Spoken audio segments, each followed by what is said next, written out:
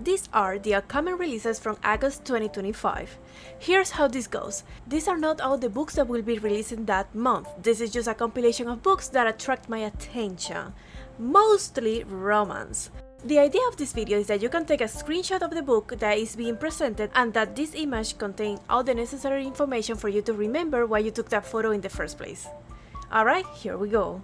While the Dark Remains. A young woman who escaped captivity in the court of a cruel king returns in disguise to bring him down for good, but her feelings for the king's son complicate matters.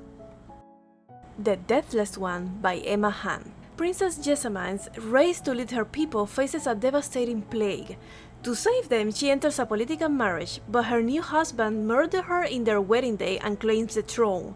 However, her death is not the end. She makes a pact with the Deathless One, a death god, to regain her life and kingdom. Their alliance, born of necessity, deepens into a complex relationship, forcing Jessamine to choose between reclaiming her throne and embracing a dangerous love with a powerful, yet deceitful, god.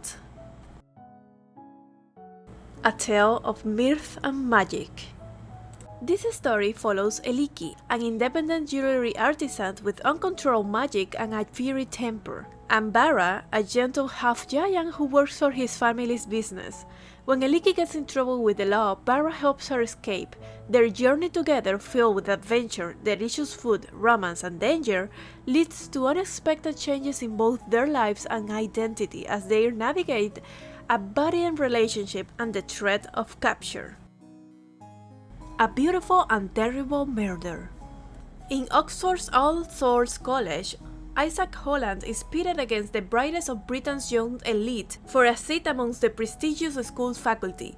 The Victorian era is reaching its apex, and the ancient hallways and corridors of Oxford teem with ghosts and secret societies. Isaac found the competition increasingly cutthroat and diabolical, but there is more pressing concerns. One, that someone or something is murdering Isaac's fellow students, one by one, in ways more gruesome than the next. And two, that Isaac's real name is actually Irene Adler. The Fallen and the Kiss of Dusk. This is the second book in a duet, and to not spoil the story for those who haven't read it, I'll be giving the summary of the first book. Mish lost everything when she was forcibly turned into a vampire.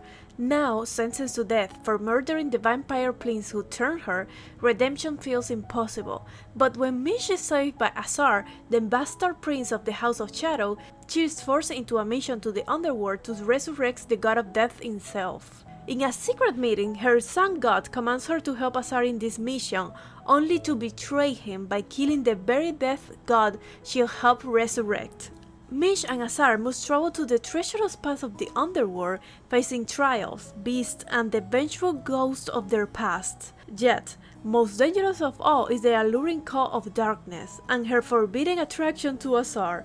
Mish will be forced to choose between the redemption of the sun or the damnation of the darkness. Accomplice to the Villain, and since this one is the third book, I'll be reading the synopsis for the first book. With alien family support, Evie's Sage employment status isn't just important, it's vital. So when a mishap with Renidan's most infamous villain results in a job offer, naturally she says yes. No job is perfect, of course, but even less so when you develop a tiny crush on your terrifying, temperamental, and undeniably hot boss. Evie suspects this dungeon has a huge rat, and not just the literal kind, because something rotten is growing in the kingdom of Renedan, and someone wants to take the villain and his entire nefarious empire out. Now, Evie must not only resist drooling over her boss, but also figure out exactly who is sabotaging his work and ensure he makes them pay. After all, a good job is hard to find. If Not for My Baby. Clementine Clark isn't looking for love. Growing up with a single mom who waits over a new guy each week tends to have that effect on a girl. But Clementine doesn't mind being the rational one. She's even buried her musical dreams so deeply within herself that she hardly noticed the hole is left in her life. That is until her best friend called her with a life-changing opportunity to join the Irish megastar Halloran and his first US tour as a backing vocalist. But the whiplash of trading small-town Texas for sold-out stadiums is nothing compared to the rush of performing with the enigmatic Thomas Patrick hologram. The two couldn't see the world more differently, and yet over the course of the next 8 weeks on tour, the romantic rockstar might just strike an unforgettable chord in Clementine. House of the Beast. When her mother became gravely ill, Alma discovers a clue about her estranged father and writes a message begging for help. Little does she know that she is a bastard of the House of Avera, one of the 4 noble families that serve the gods and are imbued with their powers. In a desperate exchange for her mother's medicine, Alma agrees to sacrifice her left arm to the beast in a ceremony that will bind her forever to the house and his deity. Regardless, her mother soon passes, leaving Alma trapped inside the Avera's grand state. Despised by her relative and nothing but a pawn in her father's schemes, now vengeance is the only thing that keeps Alma going. That and the strange connection she has with her god, a monster who is constantly by her side, a being taking the form of a beautiful prince with starlight hair that only she can see. He tells Alma that she has been chosen to bring change upon their world, and with his help, Alma plots a perilous journey to destroy the house that stole everything from her. Kingdom of Tomorrow. 20 years old Auden Rosa knows only the Orlands, 2 words split and stitched together, from broken pieces from each, statues of fallen gods and heavenly artifacts that are worshipped or feared. A strange madness haunts the darkest hours, turning innocents into gleeful killers. Arden does her best to stay safe until she reads a book written about her life, the Book of Arden, and everything changed. Forced to join Fort Valar Royal Academy, Arden is paired with the ruthless High Prince Cyrus Doilion. But while he trains her for combat against a mystical adversary, she can't deny the spark burning between them. If her panic attacks and war games aren't enough, Arden is also tapped into join the Tome Society, rumored guardians of an invisible library with books that foretell the future. But the more she learns about the society, the less she understands about our land, the gods, and the person she is destined to be. Mistress of Bones. Necromancer Azul del Arroyo only wants one thing: to steal her sister back from death by reclaiming her sister's bones. But the emissary of Lord Death will do anything to stop her, no matter how alluring he finds her. As their paths collide, they're drawn into a deadly game of pawns and power, with a count who reluctantly work for a Shadow King, a faceless witch who transforms the bonds of gods into dreams she can paddle, and a long-lost half-brother with a secret of his own, and soon realize the fate of the land is hanging in the balance. Scorched Earth. This is the 4th book in a series, so I'll be reading the synopsis of the first book. Terriana is the second mate of the Quincyans and heir to the Marine Triumvirate. Her people are born of the seas and the keeper of the secrets, but when her closest friend is forced into an unwanted betrothal, Terriana breaks her people's mandate so her friend might escape. Marcus is the commander of the 37th, the notorious legion that has led the Selendor Empire to conquer the entire East. The Legion is his family, but even they don't know the truth he's been hiding since childhood. When an Empire senator discovers the existence of the Dark Shores, he captures Terriana's crew and threatens to reveal Marcus' secrets unless they sail in pursuit of conquest, forcing the two into an unlikely and unwilling alliance. They unite for the sake of their family, but both must decide how far they are willing to go and how much they are willing to sacrifice. The Magician of Tiger Castle. Princess Tulia is in nearly as much peril as her struggling kingdom. Tulia's father has arranged a marriage between her and an odious prince. However, 1 month before the wedding, Tulia falls in love with a lowly apprentice scribe. When Anatole first came to the castle, he was regarded as something of a prodigy, but after a long series of failures, he has become the object of contempt and ridicule. The only one who still believes in him is the princess. When the king orders Anatole to brew a potion that will ensure Tulia agrees with the wedding, Anatole is faced with the impossible choice. With one chance to save the marriage, the kingdom, and, of most important to him, his reputation, will he betray the princess or risk ruin? The Whisperings. Joanna and her younger brother Peter aren't used to setting down roots. Ever since the violent murder of their mother, their father can't stay in one place for long, haunted by the literal ghosts of the past. He has what he calls the Whisperings, and will do anything to protect his children from the horrors that torment him. When the family moves to Burlington, Vermont, Joanna thinks they've finally found a place to call home. They rent the lower half of a creepy yet comfortable mansion downtown, and Joanna actually begins to fit in at school, thanks in part to Willem, a handsome and single classmate. But a near-death experience awakens the Whisperings in Joanna, and she soon realizes her family isn't the only family living in that house. She meets the Kills, ghosts forced to relive their own gruesome murders every night. As they say, misery loves company, and suddenly Joanna is forced to protect the ones closer to her from a supernatural threat. Dream of the Shadows. The kingdom of Noctis is plagued by corruption, a curse that spreads through dreaming. The Shadowbringer rules from his castle in the dream realm, stealing souls one dream at a time. Only an elixir taken every night before sleeping can ward off the dreams and halt corruption, but for some, the allure of the dream realm proves too strong. Esmer Havenfall desperately wants to escape her dreadful village. When her sister Eden succumbs to corruption and their elixir-dealing parents are accused of horrific crimes, Esmer's life unravels into nightmare. Then she dreams of the Shadowbringer and learns that his sinister magic might be part of her too. Enticed by the prospect of ending her kingdom's curse and avenging her family, Esmer follows him deeper within the dream realm. But the Prince of Darkness has a haunted past, one that might change the fate of Esmer's kingdom and her heart forever. Her soul for a crown. First, she will marry the Raja. Then she will poison him and take the throne for herself and her people, but when an unexpected coup thwarts her careful plans, Anula is left with one desperate option. She offers her soul to the cursed god she renounced in exchange for the crown. In the second heavens, Riri, the god Yaka, the most dangerous and powerful of his clan, hears her prayers, one that could finally give him the chance to kill his divine tormentor. Riri accepts Anula's bargain, teetering them until their goals are achieved or until they die. As the war presses on, Anula must move quickly or lose her chance to become the first Regina. But while she is skilled at many things, especially in stopping hearts, the closer she grows to Riri, the more she finds her own heart at risk. And when the time comes to fight enemies both human and divine, Anuradhapura and the heavens will never be the same. Woven from clay.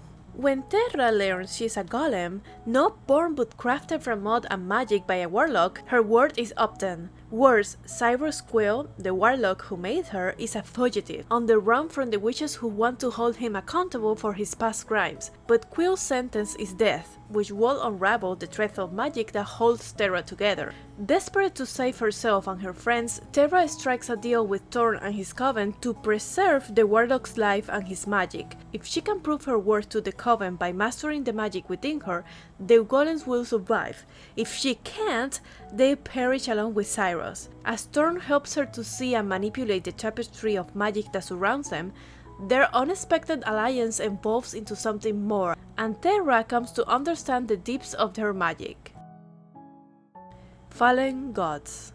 Liv Olson had been drawn to Norse mythology her entire life. After earning her degree and working as a curator at one of New York's most prestigious museums, she gets an unexpected offer for her dream job in Norway. She finds herself surrounded by superstitious town people who refuse to even look at the water. Liv soon realizes that the small town of Bonn is nothing like it seems. Shops close before dark, and things she's only read about seems to suddenly exist. To top it off, her new boss, Tristan, is insultingly mean and engagingly beautiful, and as part of the job, she must live with him in his mansion. As her life quickly unravels into chaos, she left wondering who's pulling the string in this mysterious place, where nothing makes sense, yet everything feels familiar. Unce A Villain. This is the third book in a series, so I'll be reading the synopsis of the first one. It should have been the perfect summer. Sent to stay with her late mother's eccentric family in London, 16-year-old Joanne is determined to enjoy herself. She loves her nearby job at the historic Holland House, and when her upper-cute co-worker Nick asks her on a date, it feels like everything is falling into place. But she soon learns the truth. Her family aren't just eccentric, they are monsters with terrifying hidden powers. And Nick isn't just a cute boy, he's a legendary monster slayer who will do anything to bring them down. As she battles Nick, Joanne is forced to work with the beautiful and ruthless Aaron Oliver, heir to the monster family that hates her own. She'll have to embrace her own monstrousness if she is to save herself and her family, because in this story, she is not the hero. The Cruel Dawn. This is book 2 of a series, so I will be reading the synopsis of book 1. Thrown into a desolate land of sickness and unnatural beasts, Kay wakes up in the woods with no idea who she is or how she got there. All she knows is that if she cannot reach the Sea of Devour, even this hellscape will get worse. But when she sees the village blacksmith fight invaders with unspeakable skills, she decides to accept his offer of help. Too bad he's as skilled at annoying her as he is at fighting. As she searches for answers, Kai only finds more questions, especially regarding the blacksmith who can ignite her body like flame, then douse it with ice in the next breath. Hemlock Silver. Healer Anya regularly drinks poison, not to die but to save, seeking cure for those everyone else has abandoned, but a summon from the king interrupts her quiet herb-obsessed life. Her daughter, Snow, is dying and he hopes Anya unorthodox methods can save her. Aided by a taciturn guard, a narcissistic cat and a passion for the scientific method, Anya rushes to treat Snow, but nothing seems to work. That is until she finds a secret ward hiding inside a magic mirror. This dark realm may hold the key to what is making Snow sick, or it might be the thing that kills them all. The Dragon Wakes with Thunder. This is the second book of a series, so I'll be reading the synopsis of the first one. The three kingdoms are at war, but Meilin's father refuses to answer the Imperial draft. Trapped by his opium addiction, he plans to sell Meilin's for her dowry, but when Meilin discovers her husband-to-be is another violent, ill-tempered man, she realizes that nothing will change for her unless she takes matters into her own hands. The next day, she disguises herself as a boy and enlists in her father's place. In the army, Meilin's relentless hard work brings her recognition, friendship, and a growing closeness with Sky, a prince-turned-training partner. As her kingdoms barren towards destruction, Meilin begins to have vision of a sea dragon spirit that offers her true power and freedom, but with a deadly price.